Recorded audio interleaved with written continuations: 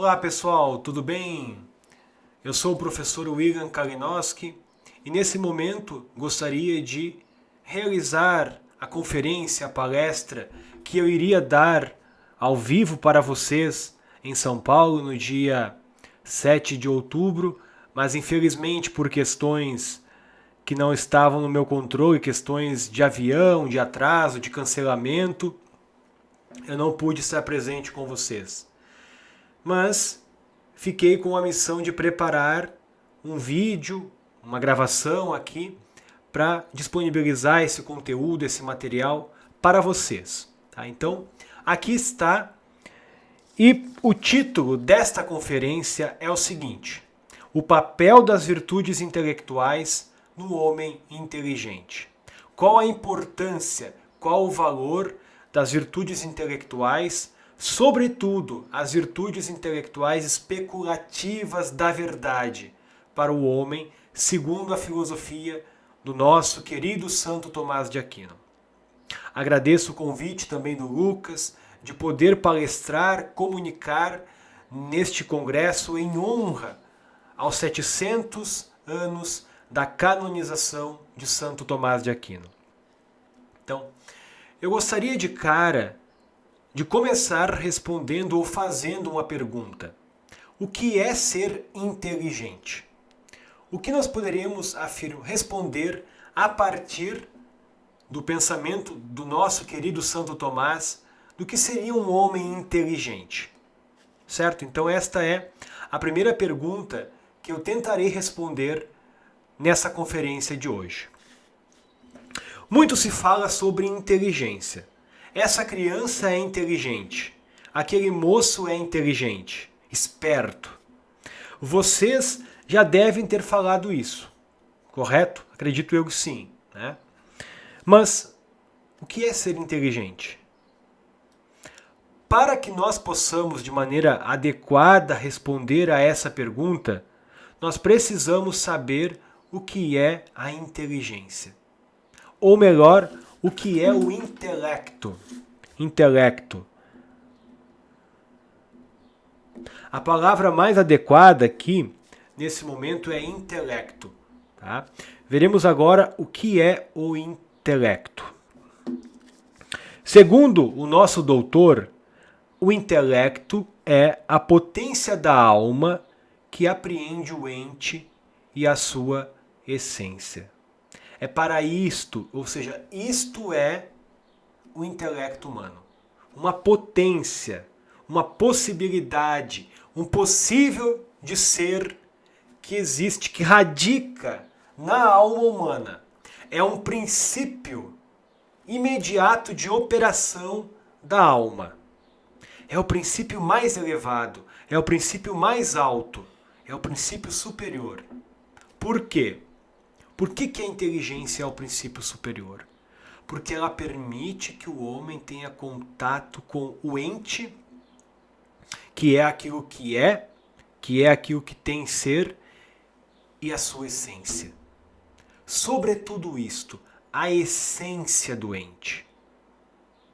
Não a cor, o cheiro, o gosto, o tamanho, o comprimento, a largura, as relações, as paixões, as ações desse ente.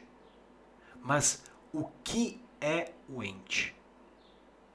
A inteligência é feita, ou o intelecto é feito, sobretudo, para entender, compreender o que é o ente. Então, coloquemos aqui este princípio agora. A inteligência é a potência de nossa alma que apreende o ente e a sua essência. Em outras palavras, nossa inteligência tem por objeto próprio conhecer o que o ente é. Do ponto de vista psicológico, a inteligência humana só pode ser boa se ela se abre à ordem da realidade, distinguindo o essencial do acidental. Do ponto de vista psicológico, portanto, esta é a bondade da inteligência. Veremos depois que o conhecimento da verdade está intimamente ligado com este ato do intelecto, que é aprender a essência das coisas, a cuididade das coisas. Por quê, professor? Porque a verdade depende disso. Veremos daqui a pouquinho, tá? Veremos daqui a pouquinho. Por isso, podemos dizer que uma pessoa inteligente, do ponto de vista especulativo, ainda não do ponto de vista prático. Anotem isto. Uma coisa é a inteligência especulativa. Outra coisa é a inteligência prática. Elas estão interligadas, uma depende da outra. Mas aqui estamos a falar, sobretudo, da inteligência especulativa. Ainda não da inteligência prática. Correto? Então, atenção aqui nessa distinção. Então, uma pessoa inteligente do ponto de vista especulativo é aquela que sabe que a realidade é. Primeira coisa, que a realidade é. Não põe em dúvida isto. Ela sabe que as coisas são, tem ser. Segundo, sabe o que ela é. Sabe o que ela é. E aí, portanto, terá condições de se adequar a isso, o que ela é. Dizendo que o jacaré e é jacaré de fato. Dizendo que o jacaré não é cão e não é cão de fato. Então, uma pessoa inteligente é aquela que sabe o que a realidade é, que sabe que a realidade é e sabe o que ela é.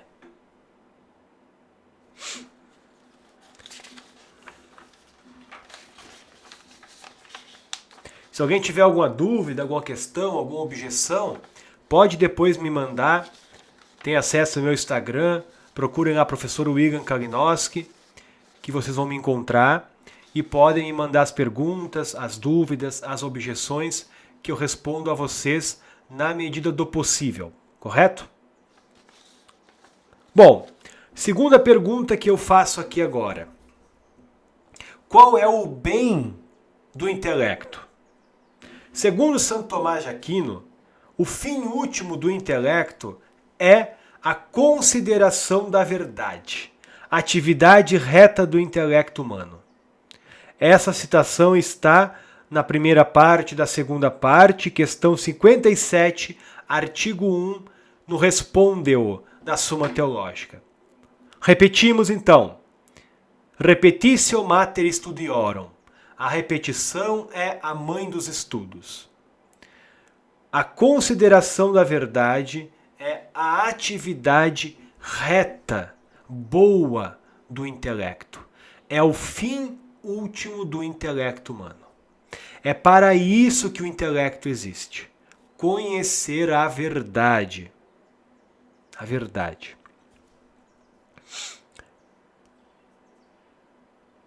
Então este é o fim, o bem da inteligência. Sem isso, o homem é totalmente doente, frustrado, ansioso e louco. Imaginem um homem que vive totalmente na dúvida. É claro que ele não existe. Mas tentem fazer este experimento. Imaginem, meus queridos, um homem que duvida de tudo. Santo Tomás chega a dizer que é óbvio que esse homem não existe, ou que uma dúvida universal ela é impossível. Por quê? Se o homem duvidasse de tudo, ele teria que duvidar até mesmo que ele está duvidando. Mas psicologicamente, tentem imaginar este homem que duvida de tudo. De tudo, de tudo, de tudo, de tudo. Inclusive, até mesmo que ele está duvidando. Será que este homem ele é saudável psicologicamente? Será que ele é saudável moralmente falando? Ele saberá fazer o bem e evitar o mal, por exemplo? O fim do matrimônio é a educação da prole e o auxílio mútuo do casal. Fim primário e fim secundário. Imaginem se esse homem duvida disso também. Duvida que o fim de uma mesa é servir de suporte para pôr objetos? Que o fim dos olhos é ver? Que o fim do olfato é sentir os odores? Duvida de tudo. Como ele vai querer este fim de cada uma dessas coisas se ele duvida disso? Como? Como que é possível? Não tem como. Ele será frustrado, ansioso, em última instância, louco. Então, vamos agora definir, portanto, o que é a verdade. Já definimos o que é inteligência. Definimos o que é um homem inteligente. Agora vamos definir o que é a verdade, já que ela é o fim último do intelecto. O que é a verdade? Quid est veritas? O que é a verdade?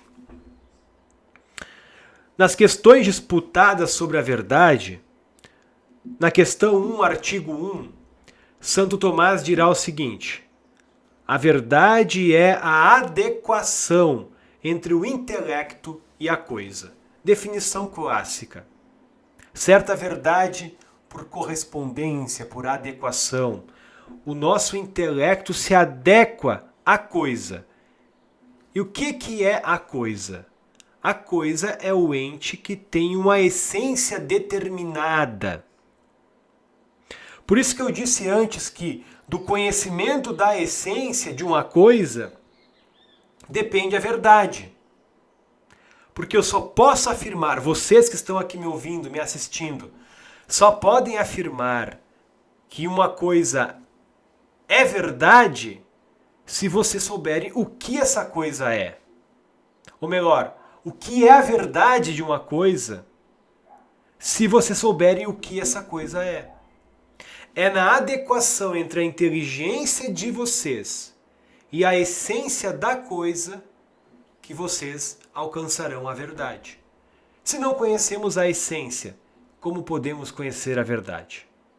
Ou se não conhecemos, ao mínimo, alguns aspectos essenciais da coisa, como poderemos dizer, é assim, é assado, não é assim, não é assado? Como poderemos, portanto, julgar, nos adequar a algo que nós não sabemos o que é? Certo? Então, isto é a verdade, a adequação entre o nosso intelecto e a coisa. E quais são os modos de conhecer a verdade? Quais são os modos que existem de conhecer a verdade? Bom, Santo Tomás nos ensina que existem dois tipos de verdades. Verdades que são conhecidas por nós de maneira imediata e verdades que são conhecidas por nós de maneira mediata, por meio do raciocínio, do discurso, da investigação. Tá? Veremos aqui então quais são as verdades que são conhecidas por nós de maneira imediata e o que é um conhecimento imediato também.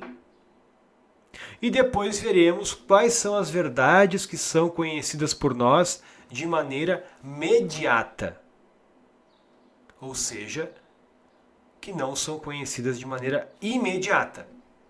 Correto? Vamos ver agora. Sim, meus queridos, sim. Existem verdades que, por mais que o mundo moderno tente negar, que nós conhecemos de maneira imediata. Existem sim. Veremos agora quais são elas. Bom, o que quer dizer que uma verdade é conhecida de maneira imediata? Imediatamente, quando a verdade é conhecida por nós, por si mesma, sem intermediário, como quando aprendemos o ente e os primeiros princípios. Professor, não entendi nada. Como assim? Pode explicar para nós? Sim. Verdades evidentes são aquelas que são aprendidas por nós sem a necessidade de demonstração, sem um intermediário. Basta que o intelecto veja, é assim. Conheci, vi, enxerguei. Nós temos alguns exemplos dessas verdades. Por exemplo, os princípios primeiros aprendidos pelo intelecto ao ver o ente. Ao ver este ente, por exemplo, aqui, a primeira coisa que o nosso intelecto conhece, ou este ente aqui, ou esse ente aqui, ou este ente aqui, ao ver qualquer ente, ao conhecer qualquer ente, a primeira informação, de maneira imediata, evidente, que a nossa inteligência conhece e que ninguém pode negar, é que aquilo é. Tem ser. Uma criança, ao entrar num consultório de um dentista, ela pode muito bem não saber o que é determinado instrumento, objeto que o dentista vai utilizar ou está ali no seu consultório. Ela não sabe, mas ela tem certeza, é evidente que tem ser. E ninguém precisa demonstrar isso para ela. Ela apreende de maneira imediata. E nesse conhecimento ela apreende alguns princípios. O primeiro deles, chamado de princípio da não contradição. Ela sabe de maneira evidente que isso que está aqui no consultório do médico, não pode ser e não ser ao mesmo tempo e sob o mesmo aspecto. É impossível. Isso que ela está vendo não pode, repito, ser e não ser ao mesmo tempo, vejam, ao mesmo tempo e sob o mesmo aspecto. Segundo princípio, isso que ela está vendo é. Terceiro princípio, isso que os tomistas dizem que entre o ser e o não ser não há um meio termo. O segundo princípio diz que o que é, que o que não é, não é. E o terceiro princípio diz que entre o ser e o não ser não há um meio termo. São princípios e conhecimentos evidentes. De certa maneira, esses dois princípios, o segundo, chamado de princípio de identidade, que afirma que o que é, que o que não é, não é, e o terceiro princípio, chamado de princípio de terceiro excluído, eles são, podemos dizer, um complemento ou uma repetição, em outras palavras, do primeiro princípio, que é o chamado de princípio da não contradição. Aquilo que é não pode ser e não ser sob o mesmo aspecto. Santo Tomás de Aquino vai nos dizer que a nossa inteligência conhece esses princípios de maneira imediata. Basta que o homem seja homem, que ele vai naturalmente conhecer esses princípios ao ver o ente de maneira imediata, sem precisar de demonstração, sem partir de outra coisa ou por intermédio de outra coisa. Basta que ele veja o ente que ele já apreende. Além disso, naturalmente o homem está habitualmente disposto para conhecer isso. É um hábito natural. Este conhecimento, ele não precisa ser, ou melhor dizendo, o hábito que permite o homem conhecer esses primeiros princípios não é um hábito que precisa ser adquirido por meio de uma repetição, outra repetição, outra repetição, outra repetição. Ah, agora sim eu estou capacitado para conhecer os primeiros princípios. Ah, agora sim eu estou capacitado para ser temperante. Sim, a temperança sim. Eu preciso adquirir este hábito. Adquirir pela repetição de atos. Porque não é um hábito natural. Mas o hábito dos primeiros princípios do intelecto, este não. É um hábito natural. É uma disposição natural. Que basta que o homem seja homem, que ele já vai obrar deste modo habitual. Sempre conhecer os primeiros princípios da realidade. Essas verdades são evidentes e indemonstráveis. O hábito que aperfeiçoa o nosso intelecto nesse conhecimento, nós chamamos de intelecto. Vejam aqui, o hábito toma o nome da potência. É o mesmo nome. É o mesmo nome. Tá? O mesmo nome que é utilizado de maneira equívoca. Temos o nome igual, mas com sentidos diferentes. O intelecto, enquanto potência da alma, apreende o ente e a sua essência. O intelecto, enquanto hábito dos primeiros princípios, permite o homem conhecer aquilo que é evidente por si mesmo e indemonstrável, porque é evidente. Mas existem outros tipos de verdade que não são conhecidas por nós de maneira imediata, mas que precisam ser demonstradas. Por meio do raciocínio, do discurso, de uma verdade conhecida até outra não conhecida. Por exemplo, nós sabemos que eu sou. Eu sei que eu sou. Isto é evidente. Eu sou e não posso ser e não ser ao mesmo tempo e sob o mesmo aspecto. Não é possível. Mas agora, o que eu sou? De onde eu vim? Para onde eu vou? Quais são as minhas propriedades? Quais são as minhas causas? Isto eu só vou conhecer discursando, raciocinando, investigando. Qual que é a causa primeira de todo o universo? Do mesmo modo, não é evidente para nós que é Deus. Mas nós precisamos e podemos conhecer por meio da investigação, da busca pelas causas e razões das coisas. Então, esse conhecimento discursivo, ele será aperfeiçoado por meio de duas virtudes intelectuais. Duas. A ciência e a sabedoria. O que é a ciência? A ciência é o conhecimento das causas segundas e inferiores da realidade. Como assim, professor? Causas segundas e inferiores da realidade? Sim, as causas dessa caneta, as causas deste dedo, as causas do homem, as causas do jacaré, da planta, são causas segundas. Por quê?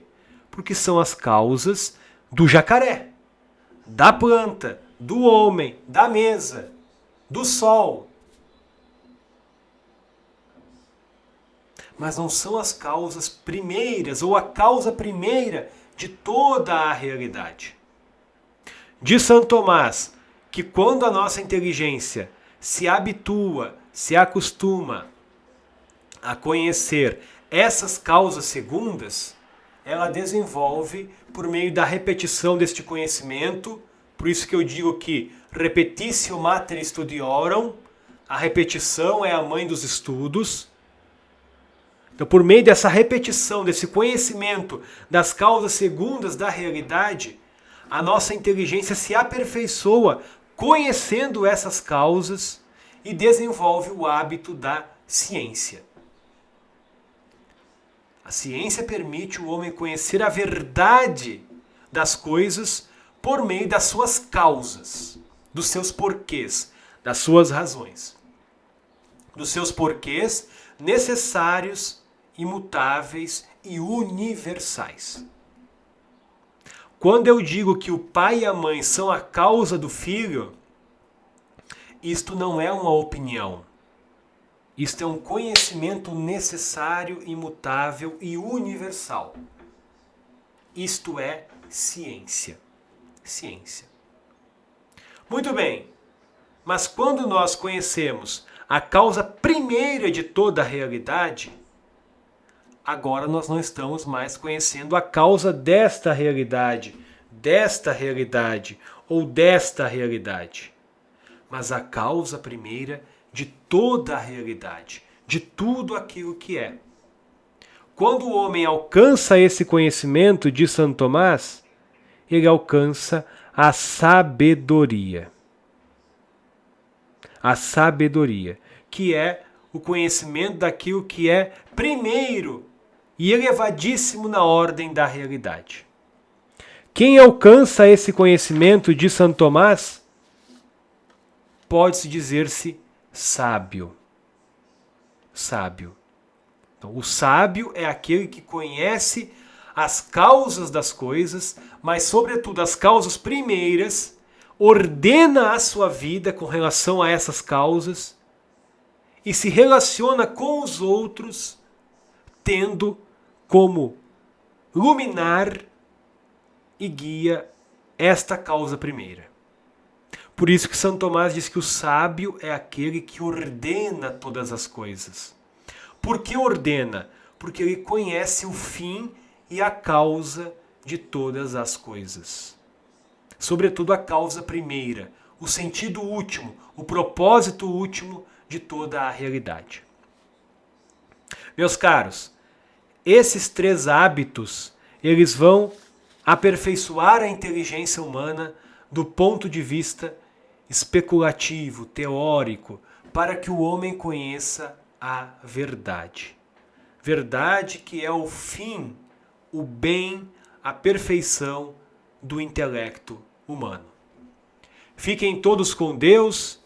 Qualquer dúvida me procurem e até a próxima, se Deus quiser. Que Santo Tomás de Aquino interceda por nós, por cada um de vocês. Um forte abraço.